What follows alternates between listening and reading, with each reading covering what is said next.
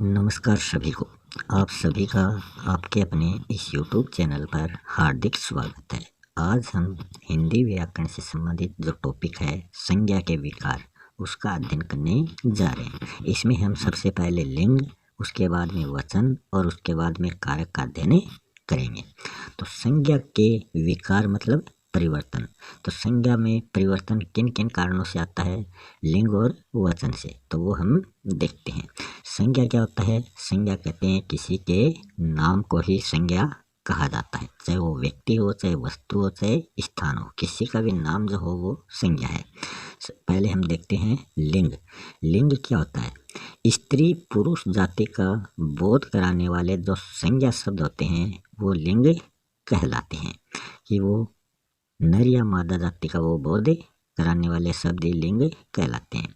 इसके मुख्य रूप से दो भेद होते हैं, एक तो पुल्लिंग जो नर या पुरुष जाति का बोध कराता है, और दूसरा है स्त्रीलिंग जो स्त्री या मादा जाति का बोध कराता है।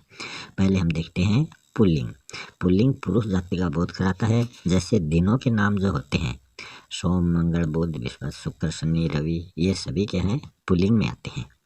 हिंदी महीनों के जो नाम होते हैं वो सभी पुल्लिंग में आते हैं, जैसे चैत्र फाल्गुन, और जितने भी हिंदी के महीने हैं चैत वैशाख जेठ साढ़ सावन भादो आश्विन कार्तिक मगशिर पौष माह फाल्गुन, सभी क्या हैं, पुल्लिंग है। अंग्रेजी महीने जनवरी फरवरी मई जुलाई को छोड़कर, मतलब ये तो स्त्रीलिंग में आते हैं, जनवरी गई, फरवरी गई, मई गई, जुलाई गई, मगर मार्च गई नहीं बल्कि मार्च गया। बाकी के जो इन 4 महीनों को छोड़कर बाकी के जो 8 महीने हैं वो पुल्लिंग, वो स्त्रीलिंग, मतलब वो पुल्लिंग में आते हैं, और ये 4 महीने स्त्रीलिंग में आते हैं।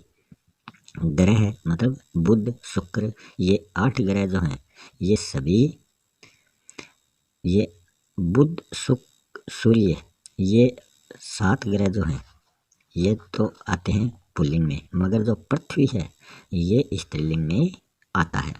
वृक्षों के नाम भी पुल्लिंग में आते हैं, जैसे आम नीम अशोक आदि, ऐसे ही और वृक्ष हैं, मगर जो खेजड़ी शीशम इमली लीची मोलसरी जो वृक्षों के नाम हैं ये स्त्रीलिंग में आते हैं।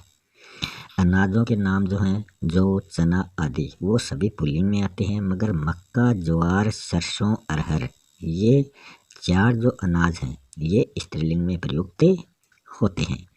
धातुएं सोना चांदी लोहा तांबा, मतलब चांदी जो है ये स्त्रीलिंग में प्रयुक्त होती है, और जो सभी धातुएं हैं वो पुल्लिंग में प्रयुक्त होते हैं। देशों के नाम भी पुल्लिंग में आते हैं, भारत रूस जापान आदि, मगर श्रीलंका जो है ये स्त्रीलिंग में आता है। पहाड़ समुद्र फलों के नाम ये सभी पुल्लिंग में आते हैं, जैसे हिमालय पर्वत लाल सागर, ये सभी पुल्लिंग में आते हैं। शरीर के जो अंग हैं वो भी पुल्लिंग में आते हैं, हाथ गाल पेट आदि, मगर जो कमर है हथेली है अंगुली है गर्दन टांग कोहनी जीभ आँख, ये जो सभी अंग हैं ये स्त्रीलिंग में आते हैं, और बाकी सभी अंग पुल्लिंग में आते हैं। रत्न व जो महाद्वीप हैं उनके नाम भी किस में आते हैं, पुल्लिंग में आते हैं। रत्न जैसे नीलम, महाद्वीप जैसे एशिया, ये पुल्लिंग के अंतर्गत आते हैं। क्षय जय त्रय नय से अंत वाले कि ऐसे शब्द जो ख से उनका अंत हो रहा है, जय से हो रहा है, त्रय से हो रहा है, नय से हो रहा है, तो ऐसे अंत वाले जो शब्द हैं वो पुल्लिंग में आते हैं। जैसे सुख में ख से अंत हो रहा है, शस्त्र में त्रय से अंत हो रहा है, मन में नय पर अंत हो रहा है, ये सभी पुल्लिंग में आएंगे। तरल पदार्थ जो लिक्विड होते हैं दूध पानी पेट्रोल, वो सभी पुल्लिंग में आते हैं, मगर कुछ तरल पदार्थ जो है वो स्त्रीलिंग में आते हैं, जैसे चाय कॉफ़ी लस्सी शराब, ये स्त्रीलिंग में आते हैं, बाकी सभी पुल्लिंग में आते हैं।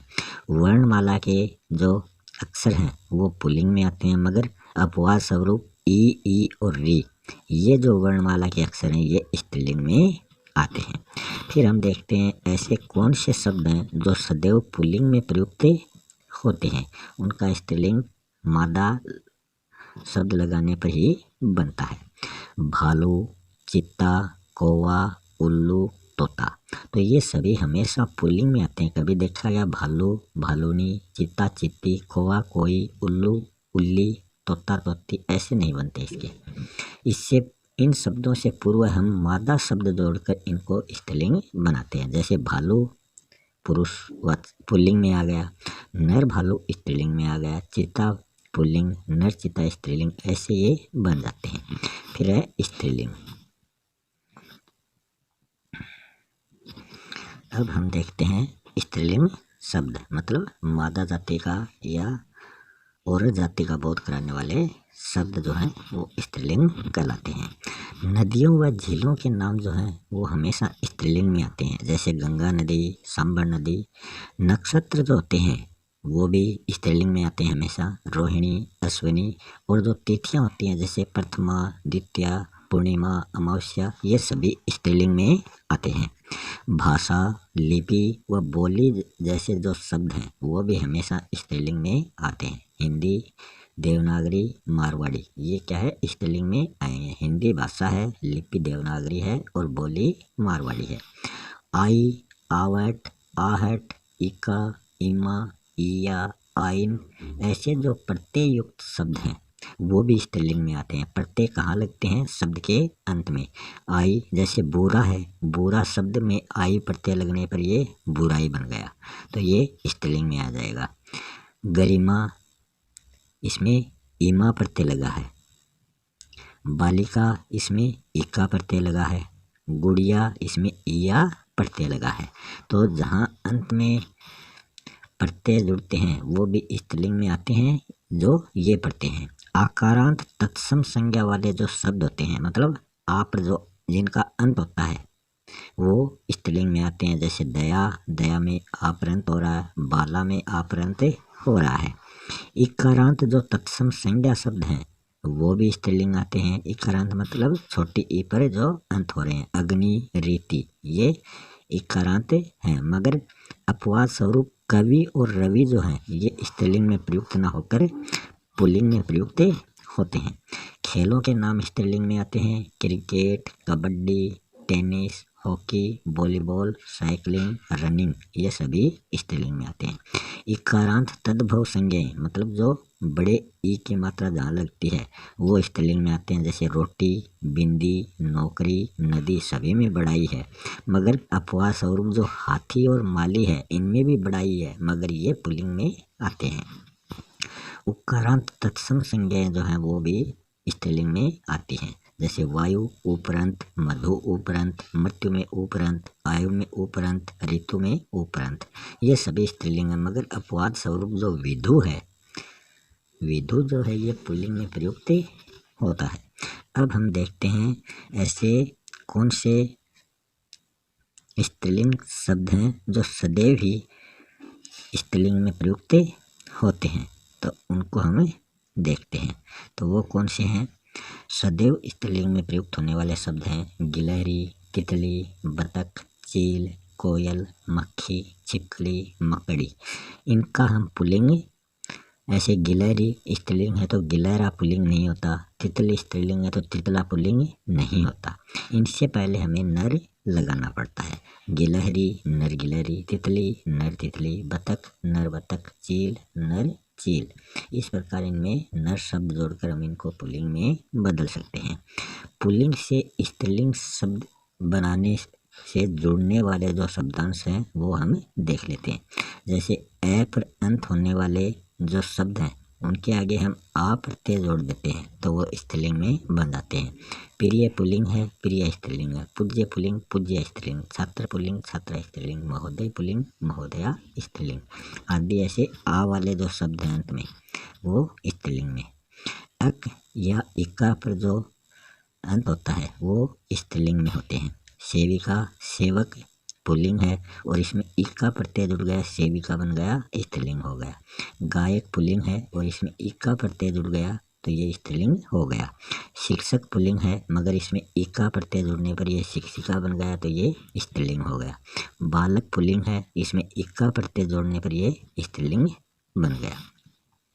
ए या आ या फिर ई, इनसे भी स्त्रीलिंग शब्द बनते हैं। जैसे पुत्र है, पुत्र में ए आता है अंत में, और इसमें ई जोड़ देंगे तो ये पुत्री हो जाएगा, स्त्रीलिंग बन जाएगा। मौसा में आ आता है अंत में, और इसमें हम ई जोड़ देंगे आ की जगह तो ये मौसी हो जाएगी, तो ये मौसा का स्त्रीलिंग मौसी। फिर मान वान वाले अंत वाले जो शब्द हैं उनमें हम मति या वती शब्द जोड़कर स्त्रीलिंग बना सकते हैं। श्रीमान होता है तो श्रीमान पुल्लिंग, श्रीमती स्त्रीलिंग। शीलवान होता है वो तो पुल्लिंग, मगर शीलवती होता है वो स्त्रीलिंग। शक्तिमान जो होता है वो पुल्लिंग में, और शक्तिमती जो है वो स्त्रीलिंग में। फिर बड़ी ई से अंत वाले पुल्लिंग शब्द में आते हैं, और उनमें हम एनी प्रत्यय लगा देंगे तो वो स्त्रीलिंग बन जाएंगे। जैसे स्वामी, स्वामी में मी बड़ा होता है, बड़ी ई की मात्रा लगती है, वो तो पुल्लिंग है, मगर इसमें एनी प्रत्यय लगा देंगे तो ये स्वामिनी बन जाएगा, ये स्त्रीलिंग हो जाएगा। अभिमान जो है, अभिमानी जो है वो पुल्लिंग में आता है, मगर इसमें इन्हीं प्रत्यय जोड़कर अभिमानी बना देंगे तो ये स्त्रीलिंग बन जाएगा। ए या आ से अंत वाले तो पुल्लिंग में, और ई ए आ ई से अंत वाले पुल्लिंग में, और इनमें इन जोड़ देंगे तो ये स्त्रीलिंग बन जाएगा। जैसे लुहार, ऐसे अंत है तो पुल्लिंग है, इसमें इन जोड़ देंगे तो ये लुहारिन बन जाएगा। ग्वाला अंत में आ है, मगर इसमें इन प्रत्यय जोड़ देंगे तो ये ग्वालिन स्त्रीलिंग बन जाएगा। माली, इसके अंत में ई है और ये पुल्लिंग है, और इसमें इन प्रत्यय जोड़ देंगे तो ये मालिन बन जाएगा, मतलब स्त्रीलिंग बन जाएगा। आ से अंत वाले पुल्लिंग शब्द में ईया प्रत्यय जोड़ने पर उनको स्त्रीलिंग बनाया जा सकता है। जैसे चूहा, आ से अंत हो रहा है, मगर इसमें ईया प्रत्यय जोड़ देंगे तो ये चूया बन जाएगा। चूहा में चू बड़ा होता है, और ईया प्रत्यय लगते ही ये मात्रा छोटी हो जाएगी। चूहा पुल्लिंग, चूया स्त्रीलिंग। लोटा पुल्लिंग और लुटिया स्त्रीलिंग। गुड़ा, गुड़िया जो है ये भी, गुड्डा पुल्लिंग है और गुड़िया स्त्रीलिंग है। बूढ़ा पुल्लिंग है और बुढ़िया स्त्रीलिंग है, तो सभी में स्त्रीलिंग बनाने से मात्रा छोटी हो जाएगी। पुल्लिंग शब्दों के अंत में ता होता है तो स्त्रीलिंग शब्दों के अंत में त्री जुड़ जाएगा। जैसे नेता, अंत में ता है, पुल्लिंग है, नेत्री बन गया, स्त्रीलिंग हो गया। भरता है, पुल्लिंग है, और भर्तरी हो गया, स्त्रीलिंग है। निर्माता पुल्लिंग है और निर्मात्री स्त्रीलिंग शब्द है। फिर अंत में नी जोड़कर शब्दों, पुल्लिंग शब्दों के अंत में नी जोड़कर हम उनको स्त्रीलिंग बना सकते हैं। जैसे सिंह पुल्लिंग है और इसमें नी जोड़ दिया, सिंहनी बन गया, ये स्त्रीलिंग। ऊँट पुल्लिंग है, ऊँट नी जोड़ दिया, स्त्रीलिंग हो गया। मास्टर पुल्लिंग है और अंत में नी जोड़ दिया, ये स्त्रीलिंग बन जाता है। अंत में आनी जोड़कर भी स्त्रीलिंग शब्द बनाए जा सकते हैं। जैसे इंद्र पुल्लिंग है, इंद्राणी स्त्रीलिंग है। क्षत्रिय पुल्लिंग है, छत्राणी स्त्रीलिंग है। नौकर पुल्लिंग है, नौकरानी स्त्रीलिंग है। तो ये इसमें आनी प्रत्यय जोड़कर स्त्रीलिंग बने हैं। फिर कुछ पुल्लिंग स्त्रीलिंग नीचे हम दे रहे हैं। विधुर जो है, इसका विधवा स्त्रीलिंग होता है। विधुर वो होता है जिसकी पत्नी मर चुकी हो, और विधवा वो स्त्री होती है जिनका पति मर चुका है। बैल, गाय। विद्वान, विदुषी। वर, वधू, वर मतलब दूल्हा, वधू मतलब दुल्हन। सम्राट, राजा। सम्राज्ञी, रानी। भाई का बहन भी होता है और भाई का भाभी भी होता है। नर का नारी, कवि का कवित्री, और ससुर का सास। तो ये कुछ पुल्लिंग स्त्रीलिंग शब्द थे जो मुख्य थे, वो आपके सामने हमने प्रस्तुत कर दिए हैं। अब हम देखते हैं वचन। वचन का अर्थ क्या होता है? वचन का अर्थ होता है संख्या। वचन का अर्थ होता है संख्या, कि ऐसे शब्द जिनको हम संख्या के रूप में गिन सकते हैं, जिसकी गणना हम कर सकते हैं। अगर वो संख्या में सीमित हो, मतलब एक हो, तब तो वो एक वचन हो जाएगा, और संख्या में ज़्यादा हो तो वो बहुवचन हो जाएगा। जैसे ये लड़का है तो ये एक ही लड़का है, और यहाँ दो कर दिया तो ये क्या बन गए? लड़के बन गए। तो ये तो अकेला है तो एक वचन है, ये दो हो गए तो क्या हो गया? बहुवचन। मतलब दो या दो से अधिक जहाँ संख्या का बोध हो वो बहुवचन, और एक की संख्या का बोध हो वो एक वचन। संख्या के एक या अधिक होने का बोध कराने वाले जो संज्ञा शब्द हैं वो वचन कहलाते हैं। मुख्य रूप से वचन के दो भेद होते हैं। अब दो भेद कौन कौन से होते हैं? एक ही संख्या का बोध कराने वाले एक वचन और दो या दो से अधिक संख्या का बोध कराने वाले शब्द बहुवचन कहलाते हैं। तो सदैव एक वचन में प्रयुक्त होने वाले कौन से शब्द हैं वो हम देख लेते हैं। दूध, जनता, घी, वर्ष, सोना, आकाश, प्रेम, झूठ, मिठास, हवा, आग, पानी, सत्य, मोह, सम्मान, ताश। तो ये ऐसे शब्द हैं, इनको हम बहुवचन में नहीं बदल सकते। ये सदैव ही एक वचन में प्रयुक्त होते हैं। जैसे हम इनको किस प्रकार देख सकते हैं कि ये एक वचन है या बहुवचन। दूध अच्छा है या दूध अच्छे हैं। तो अच्छे एक की मात्रा जहाँ लग जाती है वो बहुवचन होता है और आ की मात्रा लगती है वो एक वचन होता है। जनता गई या जनता गए। घी अच्छा है या घी अच्छी है। तो इस प्रकार हम इनमें पता कर सकते हैं कि ये एक वचन है या बहुवचन। फिर ऐसे शब्द जो एक वचन में प्रयुक्त न होकर सदैव बहुवचन में प्रयुक्त होते हैं वो कौन कौन से हैं? प्राण, जैसे प्राण निकला या प्राण निकले, तो प्राण निकलते हैं। दर्शन किया या दर्शन किए, तो दर्शन किए। आंसू, बाल, हस्ताक्षर, होश, नियम, लोग, दाम, हालचाल, ओंठ, आदरणीय व्यक्ति हेतु प्रयुक्त जो शब्द होते हैं वो सदैव बहुवचन में ही प्रयुक्त होते हैं। फिर हम देखते हैं पुल्लिंग शब्दों को बहुवचन में बदलने के नियम कौन कौन से होते हैं, कि किस प्रकार हम पुल्लिंग शब्दों को बहुवचन में बदलते हैं। जैसे किसी शब्द के अंत में आ प्रत्यय जुड़ा है तो उसमें हम ए जोड़कर उसे बहुवचन में बदल सकते हैं। जैसे पंखा में अंत में आ प्रत्यय है, इसमें ए जोड़ दिया, पंखे बन गया, तो ये बहुवचन। चूहा एक वचन, चूहे बहुवचन। कौवा एक वचन, कोए बहुवचन। रुपया एक वचन, रुपये बहुवचन। पत्ता एक वचन, पत्ते बहुवचन। तो इस प्रकार आ से अंत वाले में जो शब्द हैं उसमें हम ए जोड़कर उनको बहुवचन बना सकते हैं। फिर नीचे नोट दे रखा है कि संस्कृत शब्द और संबंध सूचक जो शब्द होते हैं उनमें बदलाव नहीं किया जा सकता। जैसे नेता है तो इसमें ए नहीं जोड़ सकते, नेते नहीं होता। चाचा है, इसमें चाचे नहीं हो सकता। राजा है, इसका राजे नहीं हो सकता। तो ये संस्कृत के शब्द हैं और संबंध प्रकट कर रहे हैं। ऐसे मामा है, मामे नहीं हो सकता। तो आ से अंत वाले संबंध प्रकट करने वाले शब्दों का बहुवचन नहीं बनता। फिर आगे है ऐसे अंत वाले शब्द से पूर्व संख्यावाची शब्द प्रयुक्त होता है। जैसे 8, 6 में ए प्रत्यय है। ग्रह, 2 दिन, 7 कवि, 1 शेर। लोग, वृंद, गण, जन, वर्ग जोड़कर आप उनका बहुवचन बना सकते हैं। जैसे आप लोग, पक्षी वृंद, अध्यापक गण, बंदी जन, पाठक वर्ग। तो इस प्रकार इनमें हम जोड़कर इनको बहुवचन बना सकते हैं। स्त्रीलिंग शब्दों को बहुवचन में बदलने के क्या नियम होते हैं? स्त्रीलिंग शब्दों के अंत में अगर ए है तो उसमें हम ए जोड़कर बहुवचन बना सकते हैं। जैसे रात है, रात स्त्रीलिंग है, इसमें ए जोड़ दें, रातें हो जाएगा। किताब स्त्रीलिंग, किताबें जो है ये बहुवचन हो गया, रात एक वचन है। गेंद एक वचन है, गेंदे बहुवचन है। आँख एक वचन, आँखें बहुवचन। गाय एक वचन, गायें बहुवचन। तो इस प्रकार हम इनके वचन चेंज कर सकते हैं।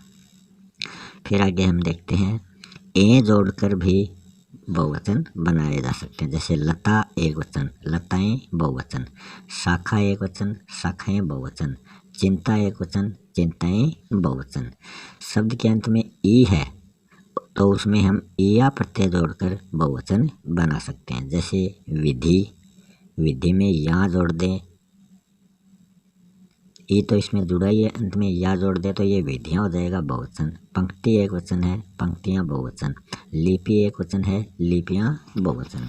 उसी प्रकार ई से अंत वाले शब्दों में या जोड़ देंगे तो वो बहुवचन बन जाएगा। जैसे ई बड़ी है तो एक वचन में तो बड़ी मात्रा लग जाएगी। जैसे गली, मगर इसका बहुवचन बनाएंगे तो ये मात्रा छोटी हो जाएगी, गलियां हो जाएगा। तितली में ली बड़ा आ जाएगा, मगर बहुवचन में तितलियां में ली छोटा आ जाएगा। देविया में वी बड़ा आता है, देवी में वी बड़ा आता है, मगर बहुवचन में देविया करेंगे छोटा आ जाएगा। नदी में दी बड़ा आता है, मगर इसका बहुवचन करेंगे तो नदियां में दी छोटा आ जाएगा।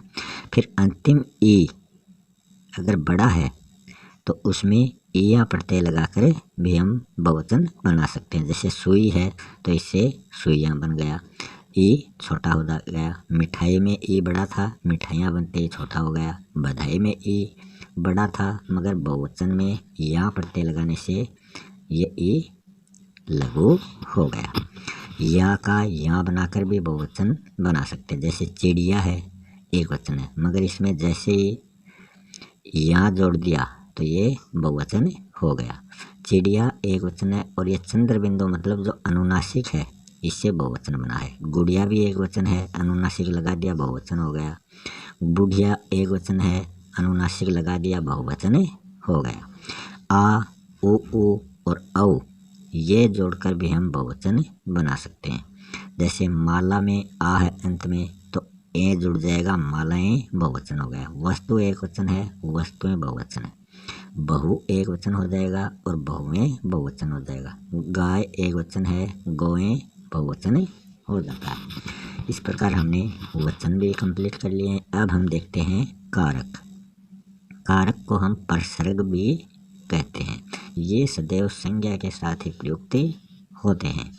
इसका अर्थ होता है करने वाला, कि जो करने वाला होता है वही क्या होता है, कारक होता है। संज्ञा या सर्वनाम शब्दों के आगे जुड़कर, कि इन शब्दों के साथ जुड़कर ये क्रिया से संबंध प्रकट करते हैं, वही क्या कहलाते हैं, कारक कहलाते हैं। कि ऐसे शब्द जो संज्ञा या सर्वनाम के आगे लगकर उससे जो संबंध, उसका क्रिया से जो संबंध प्रकट करते हैं वो कारक कहलाते हैं। कारक मुख्य रूप से 8 प्रकार के होते हैं, पर संबोधन जो है वो स्वतंत्र कारक माना जाता है। जैसे एक एग्जाम्पल हम देखते हैं। इस एग्जाम्पल में हम करीब करीब सभी कारकों को जान लेंगे। हे प्रभु, राम ने रावण को लंका के मैदान में बाण से सीता के लिए जान से मार डाला, मतलब मारा। तो यहाँ हम देख लेते हैं वो 8 कारक कौन कौन से होते हैं। पहला है कर्ता कारक। कर्ता कारक मतलब काम को करने वाला। यहाँ काम को कौन कर रहा है, राम कर रहा है। तो राम के बाद में कौन सा चिन्ह जुड़ा है, ने। तो कर्ता कारक जो है उसका चिन्ह हो जाएगा ने। फिर कर्म मतलब किसको, यहाँ रावण क्या है, कर्म है, जिस पर क्रिया का फल पड़ता है। क्रिया का फल पड़ने वाला कर्म होता है और इसका चिन्ह कौन सा है, को है। कर्म को। करण मतलब साधन, कि किस साधन से, इसके लिए जो चिन्ह प्रयुक्त होते हैं वो से या के द्वारा प्रयुक्त होते हैं। तो यहाँ साधन क्या है, बाण है, तो बाण के साथ से लग गया, मतलब ये करण कारक है। संप्रदान कारक मतलब किसी दूसरे के लिए या दान देना या किसी दूसरे के लिए, इसके लिए के लिए या को होता है। तो यहाँ किसी दूसरे के लिए राम ने, कर्ता ने कर्म को मारा है, किसके लिए, सीता के लिए, तो सीता दूसरा हो गया। इसके लिए जो के लिए चिन्ह आया है ये संप्रदान कारक का चिन्ह हो गया। अपादान होता है अलग अलग होने का भाव, जहाँ अलगाव हो मतलब से। तो जान यहाँ अलग हो रही है, मतलब जो सांस है रावण की वो अलग हो रही है, मतलब वो मर जाएगा तो उसकी सांसें अलग हो जाएगी। इसके साथ जो चिन्ह आया वो से आया है। जैसे पेड़ से फल गिरा, तो पेड़ से अलग होने का भाव जो है वो फल में है, तो यहाँ वहाँ भी कौन सा कारक होता है, अपादान कारक होता है। संबंध कारक जो का, के, की जैसे शब्दों से संबंध प्रकट करने वाले हैं। तो यहाँ लंका से संबंध प्रकट हो रहा है कि रावण कहाँ के थे, लंका के थे, तो ये संबंध कारक हो गया। अधिकरण कारक का जो आधार होता है, ये अधिकरण कारक में आधार होता है और इसका चिन्ह होता है में पर। तो जो आधार होता है वो कहाँ पर युद्ध हुआ था? मैदान में हुआ था। मैदान युद्ध का आधार था और इसके साथ जो चिन्ह है वो है में या ऊपर होता है। तो मैदान पर या मैदान में ये युद्ध हुआ था। संबोधन कारक में हे, ओ, अरे जैसे शब्द आते हैं। हे प्रभु, तो यहाँ हे प्रभु में संबोधन कारक चिन्ह का प्रयोग किया गया है। तो यहाँ एक ही उदाहरण से आपको 8 कारक देखने को मिले हैं और उन कारकों के चिन्ह भी आपको यहाँ बताए गए हैं। इसी के साथ मैं आपसे विदा लेता हूँ। मिलते हैं नेक्स्ट वीडियो में एक नए टॉपिक के साथ। तब तक के लिए धन्यवाद।